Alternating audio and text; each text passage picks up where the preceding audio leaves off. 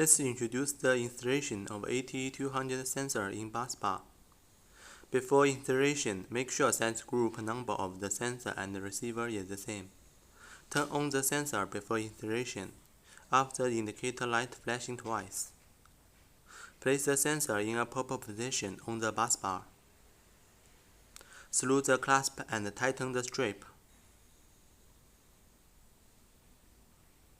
Fold back the strap and insert the clasp again.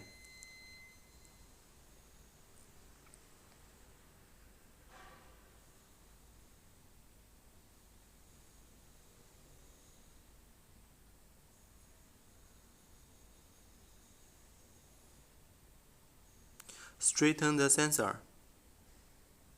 Cut off the extra strap.